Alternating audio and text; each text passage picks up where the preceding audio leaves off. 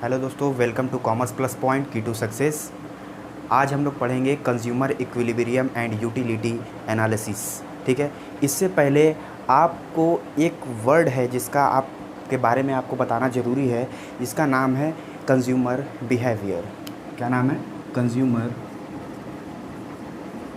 Behaviour. क्योंकि consumer behaviour सबसे पहले आपको समझना पड़ेगा तो यूटिलिटी आपको आसानी समझ में आएगी। कंज्यूमर बिहेवियर क्या होता है दोस्त? कंज्यूमर बिहेवियर एक ऐसी स्टडी होती है जिसको एक प्रोड्यूसर करता है। किस लिए?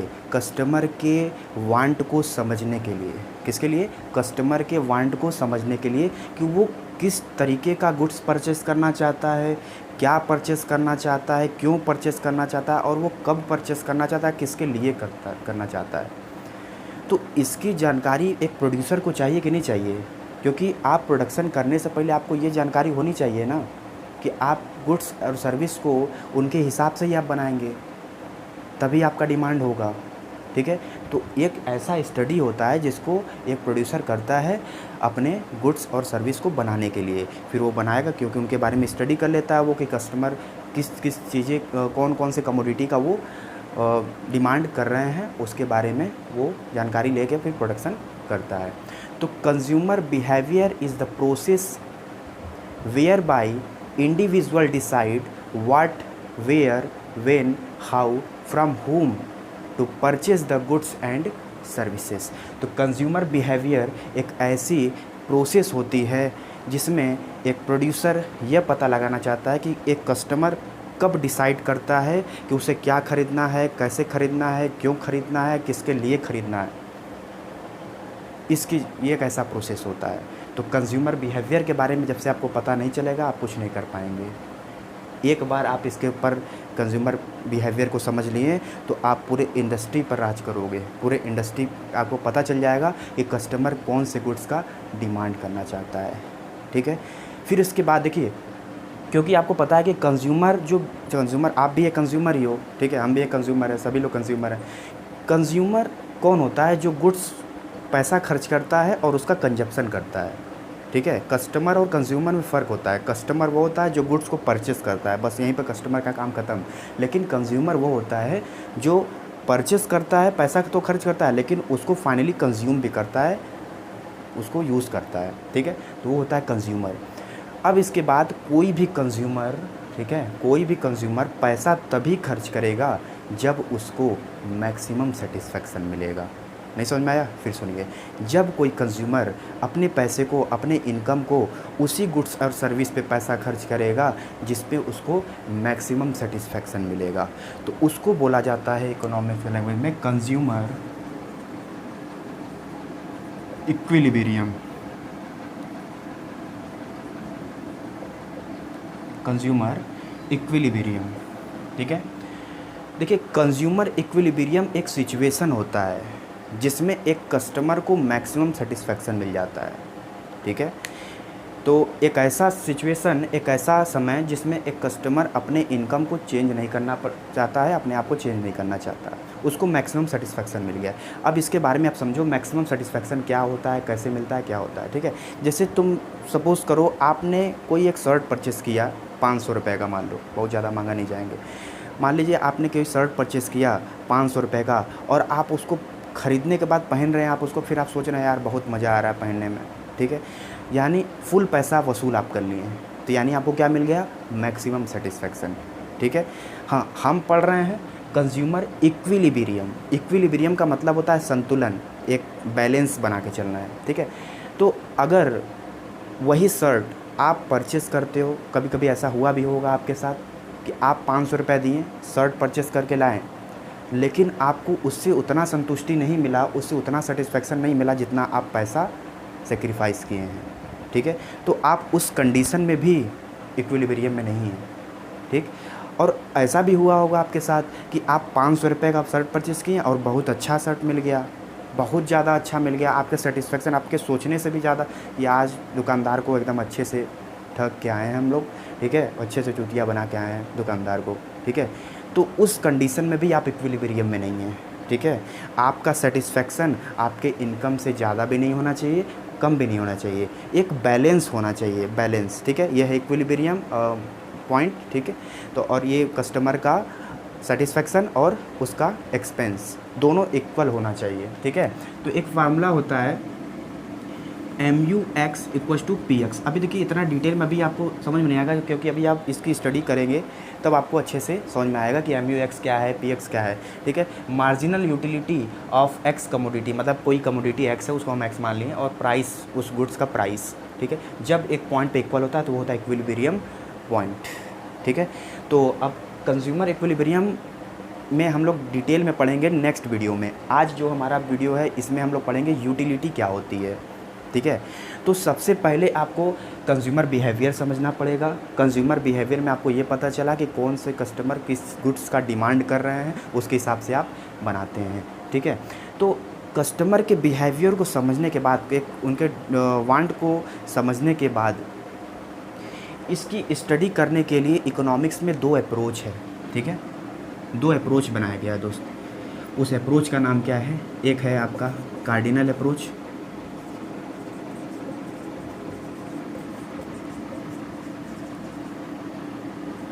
और एक है ordinal approach,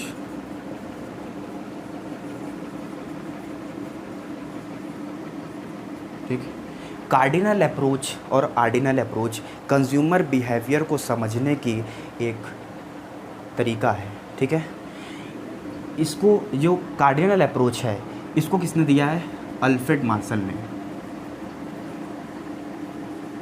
professor Alfred Marshall, बहुत बड़े अर्थशास्त्री हैं, बहुत बड़े इकोनॉमिस्ट हैं, ठीक है।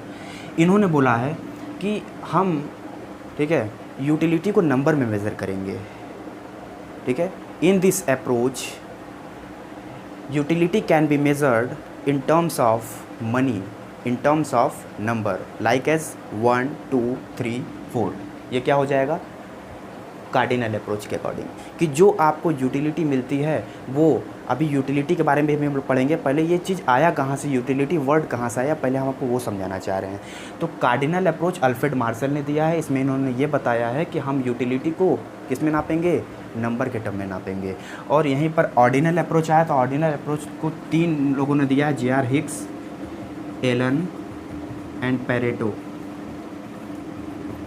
हिक्स, एलन एंड पेरेटो 3 लोग मिल करके इसमें दिए, क्योंकि इन्होंने बोला कि यूटिलिटी एक साइकोलॉजिकल फिनोमिना होती है जिसको हम नंबर में नहीं नाप सकते। इसको हम कैसे नापेंगे? रैंक देकर इसमें नापेंगे, ठीक है। तो कार्डिनल अप्रोच में नंबर के टर्म में हम यूटिलिटी को नापते हैं, और ऑर्डिनल अप्रोच में रैंक देकर नापते हैं। Cardinal approach given by Alfred Marshall और ordinal approach given by Hicks, Allen and Pareto. J.R. Hicks का नाम आप याद रखिएगा, बहुत इंपॉर्टेंट है, ठीक है। तो अब यहाँ पे देखिएगा कार्डिनल अप्रोच, क्योंकि लोगों को पता होता है, लोग पढ़ना स्टार्ट करते थे यूटिलिटी क्या होता है, लेकिन उनको ये नहीं पता तो ये चीज़ कहाँ से आया, किस में पढ़ा जाता है, ठीक है। तो कार्डिनल अप्रोच का जो टूल्स होता है, कार्डिनल अप्रोच का जो टूल्स होता है वो होता है यूटिलिटी एनालिसिस, यूटिलिटी एनालिसिस, ठीक है। यूटिलिटी एनालिसिस हम पढ़ते हैं कार्डिनल अप्रोच में, ठीक है। और ऑर्डिनल अप्रोच का होता है आईसी कर्व एनालिसिस, ठीक है। इनडिफरेंस कर्व एनालिसिस का पूरा नाम होता है। तो हम लोग इसको डिटेल में पढ़ेंगे। सबसे पहले हम लोग आज पढ़ेंगे यूटिलिटी के बारे में। तो इसमें आपको समझ में आया कि कंज्यूमर बिहेवियर, फिर इक्विलिब्रियम क्या होती है, फिर 2 अप्रोच, कंज्यूमर बिहेवियर को स्टडी करने के लिए 2 अप्रोच दिया गया है हमारे इकोनॉमिक्स में, एक कार्डिनल अप्रोच और एक ऑर्डिनल अप्रोच। कार्डिनल अप्रोच में बताया गया है कि यूटिलिटी को कैसे हम मेज़र करते हैं। इसमें हम यूटिलिटी के बारे में पढ़ेंगे, ठीक है। What is utility? यूटिलिटी क्या होता है? देखिए, जब कोई कंज्यूमर किसी भी कमोडिटी का कंजप्शन करता है तो उसे सेटिस्फैक्शन मिलता है, यानी उस जो कमोडिटी का उसने कंजप्शन किया उसमें क्या है? यूटिलिटी, ठीक है। समझते हैं इसको डिटेल में कि utility, want satisfying power of A commodity. जब किसी कमोडिटी के अंदर ह्यूमन बींग के, कंज्यूमर के वांट को सेटिस्फाई करने की क्षमता होती है तो उसको बोलेंगे कि उसमें यूटिलिटी है, ठीक है। फिर if any product satisfy our want, we can say that utility, कि अगर कोई कमोडिटी में किसी ह्यूमन वांट को फुलफ़िल करने की, किसी ह्यूमन के वांट को सेटिस्फाई करने की क्षमता होती है, तो उसको क्या बोलते हैं कि उस प्रोडक्ट में क्या है, यूटिलिटी है। ठीक है। तो अब जैसे मान लो कोई भी आप प्रोडक्ट परचेस करते हैं तो वो क्यों ज़रूरी, जैसे मान लीजिए कि आपको कुछ भी भूख लगा है तो आप मार्केट में जाके कुछ ख़रीदते हो और खाते हो, फिर सेटिस्फाई हो जाते हो। तो उस प्रोडक्ट जिसको आपने क्या किया, कंज्यूम किया, तो वो क्या है, उसमें यूटिलिटी है, तभी आपके वांट को उसने क्या किया, सेटिस्फाई किया। ठीक है, ये होता है यूटिलिटी। फिर है कॉन्सेप्ट ऑफ यूटिलिटी। देखिए एक इम्पॉर्टेंट इसमें टर्म है, हम आपको बता रहे हैं कॉन्सेप्ट ऑफ यूटिलिटी, कि जो यूटिलिटी का कॉन्सेप्ट किसने दिया है, तो वो एक ब्रिटिश फिलोसोफर हैं जिनका नाम है जेरमी बेंथन। ठीक है, जेरमी बेंथन ने 1848 से 1748 से 1831 के बीच में इसमें इन्होंने यूटिलिटी का कॉन्सेप्ट दिया है इन्होंने सबसे पहली बार। ठीक है, और समझ गए कि यूटिलिटी क्या होता है, want satisfying power of A commodity. ठीक है, ये होता है आपका यूटिलिटी।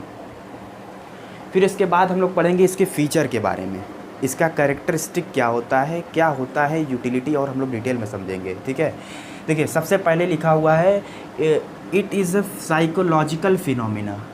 ये क्या होता है, साइकोलॉजिकल फिनोमिना होता है। साइकोलॉजिकल का मतलब कि आप यूटिलिटी को देख नहीं सकते, which can be not seen not touch only feel. तो ये साइकोलॉजिकल का मतलब होता है कि आप इसको देख नहीं सकते। आप कोई भी कमोडिटी का अगर कंजप्शन करते हैं, आप उससे सेटिस्फाई होते हैं, तो आपको वो दिखाई थोड़ी दे रहा है।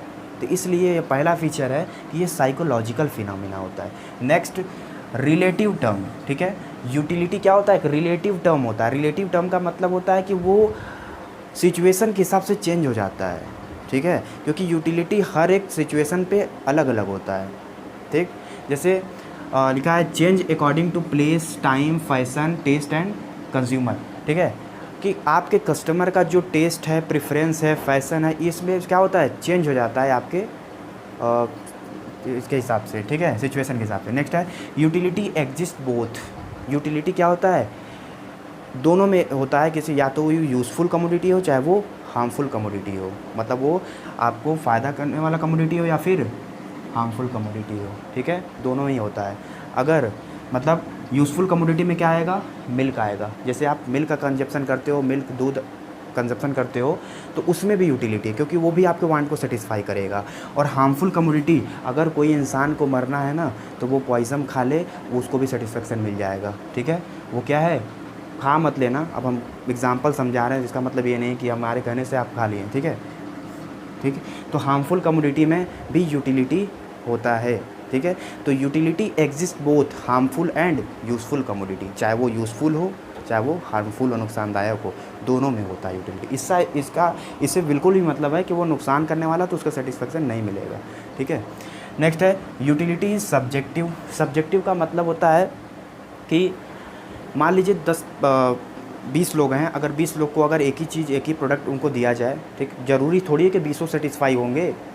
उस प्रोडक्ट ने सबके नीड को थोड़ी सेटिस्फाई कर देगा सबको। तो इसको क्या बोलेंगे, ये सब्जेक्टिव होता है, सबका अलग अलग यूटिलिटी होता है इसमें। ठीक है, varies from person to person. Next है does not depend on actual consumption. Utility actual consumption पर नहीं डिपेंड होता है। ठीक है, क्यों, क्योंकि यूटिलिटी देखेंगे आप, जब आप टोटल यूटिलिटी पढ़ेंगे तो आप कुछ भी नहीं खाएंगे तो भी आपको 0 यूटिलिटी मिलेगा। ठीक है, फिर इसके बाद है intangible. Utility is intangible force. ठीक है, which can be not seen and not touch. ठीक, जिसको हम देख भी नहीं सकते और छू भी नहीं सकते, बस फील कर सकते हैं, ये होता है आपका यूटिलिटी। ठीक है, तो यूटिलिटी का मतलब होता है कि want satisfying power of commodity. चलिए नेक्स्ट हम लोग पढ़ेंगे यूटिलिटी के टाइप्स। यूटिलिटी 3 टाइप्स के होते हैं, टोटल यूटिलिटी, एवरेज यूटिलिटी और मार्जिनल यूटिलिटी। सीबीएसई ने एवरेज यूटिलिटी को हटा दिया है, बस हमको 2 पढ़ना है, टोटल यूटिलिटी और मार्जिनल यूटिलिटी। टोटल यूटिलिटी क्या होता है दोस्तों, टोटल यूटिलिटी जैसे मान लीजिए आपके सामने एक एग्जांपल दे रहे हैं, इसमें लिखा एग्जांपल हमने लिया है आइसक्रीम का। आइसक्रीम एक ऐसा प्रोडक्ट है, मान लीजिए अभी आपको बताएं कोई भी कमोडिटी जो आपको वांट को सेटिस्फाई करता है उसमें यूटिलिटी होता है। ठीक है, तो अब जो आइसक्रीम आप खाएंगे तो आपको सेटिस्फैक्शन मिलेगा, आप सेटिस्फाई होंगे, तो उसके अंदर यूटिलिटी है। अब हमको देखना है कि टोटल यूटिलिटी क्या होता है और मार्जिनल यूटिलिटी क्या होता है। Total utility sum of marginal utility. Total utility sum of the marginal utility. ठीक है, अभी हम समझेंगे मार्जिनल यूटिलिटी क्या होता है। सबसे पहले टीयू समझो। जैसे मान लीजिए कि आपने आइसक्रीम खाया, ठीक है, और आइसक्रीम एक खाएं, फिर दूसरा, फिर तीसरा, फिर चौथा, ठीक है, आपने 4 कमोडिटी। देखिए यहाँ पर एग्जांपल पढ़ते हैं डायरेक्ट, ठीक है, पहले इसको रीड करते हैं। टोटल यूटिलिटी क्या होता है, सम ऑफ मार्जिनल यूटिलिटी, ठीक है, आपने जितना भी यूटिलिटी कंजप्शन किया उसको आप जोड़ दीजिए, वो क्या आ जाएगा आपका, टीयू आ जाएगा। तो फार्मूला बनता है आपका TU equals to summation MU, ठीक है, एक फार्मूला ये भी याद रखिएगा, ठीक। लिखा है it refers to total satisfaction obtained from the consumption of all possible unit of commodity, कि आपने जितने भी कमोडिटी का कंजप्शन किया उन सारे कमोडिटीज़ के मिलने वाले जो यूटिलिटी हैं उसको जब आप जोड़ देते हैं, आप ऐड कर देते हैं, तो आपका क्या निकल के आता है, टोटल यूटिलिटी। यहाँ पर बहुत अच्छा एग्जांपल है आइसक्रीम का, ठीक है, लिखा है if ice cream give U A satisfaction, ठीक है, हाँ तो पता ही है सेटिस्फैक्शन देगा, ठीक। यहाँ पर आपने पहला आइसक्रीम खाया तो आपको 20 यूटिल्स मज़ा आया, ठीक है, कोई भी आप कमोडिटी परचेस करते हैं, खाते हैं, कंजप्शन करते हैं तो आपको मज़ा आता है, मतलब आपको सेटिस्फैक्शन मिलता है। तो आपको 20 यूटिल्स, अब आप देखिए आपको टेंशन हो रहा है कि यूटिल्स क्या आ गया, नया वर्ड लग रहा होगा यूटिल्स। देखिए जिस तरीके से, ध्यान सुनिएगा बात, जिस तरीके से दूध को लीटर में नापते हैं, कपड़े को मीटर में नापते हैं, राइस को किलो में नापते हैं, केजी में, ठीक है, उसी तरीके से हम कस्टमर के, कंज्यूमर के वांट को किस में नापेंगे, यूटिल्स में, ठीक है। यूटिल्स जो है एक मेज़रमेंट है दोस्तों, ठीक है, यूटिल्स एक मेज़रमेंट है जिसमें आपको ये पता चलेगा कि यूटिल्स कितना आपको सेटिस्फेक्शन मिला। तो इसमें जो है पहला आइसक्रीम जब आप कंजप्शन करते हैं तो आपको 20 यूटिल्स आपको सेटिस्फेक्शन मिला, ठीक है। दूसरा वाले आइसक्रीम से आपको 16 यूटिल्स मिला। अब आप यूटिल्स नहीं भूलेंगे, ठीक है। एक दोस्त था मेरा, वो उसने इतना इकोनॉमिक्स पढ़ लिया कि वो जब भी कोई प्रोडक्ट परचेस करता है तो उसको कहता है कि हमको इतना यूटिल्स, 100 यूटिल्स मज़ा आया, हमको 20 यूटिल्स मज़ा आया, ठीक है। तो आप लोग भी यूटिल्स में बोलिएगा, ठीक। फिर वो थर्ड आइसक्रीम जब वो कंजप्शन कर रहा है तो उसको 10 यूटिल्स मिल रहा है, ठीक है। तो जब सारे आइसक्रीम के यूटिलिटी को आप क्या कर दीजिए, ऐड कर दीजिए, ठीक है। पहले वाले से 20 मिला, दूसरे वाले से 16 मिला, तीसरे वाले से 10 यूटिल्स मिला, ठीक है। सारी यूटिलिटी को ऐड कर दी तो आ गया 46। तो 46 क्या है, टोटल यूटिलिटी। तो टोटल यूटिलिटी का मतलब होता है कि आपने जितना कंजप्शन किया उससे सभी यूटिलिटी से, सभी कंजप्शन से मिलने वाले यूटिलिटी को आप ऐड कर देंगे तो टीयू आ जाएगा। फार्मूला होता है इसका TU n equals to utility 1 plus utility 2 plus utility 3 dot dot dot utility n, ठीक है दोस्तों। इसका नोट्स आपको डिस्क्रिप्शन में PDF हम आपको इसको दे देंगे, आप वहाँ से इसको ले लीजिएगा, ठीक। सारी चीज़ें आपको यहाँ पे क्लियर लिखी होंगी, आपको वहाँ पर पढ़ने में आसानी होगा, ठीक। तो ये हो गया हमारा टोटल यूटिलिटी। नेक्स्ट है मार्जिनल यूटिलिटी।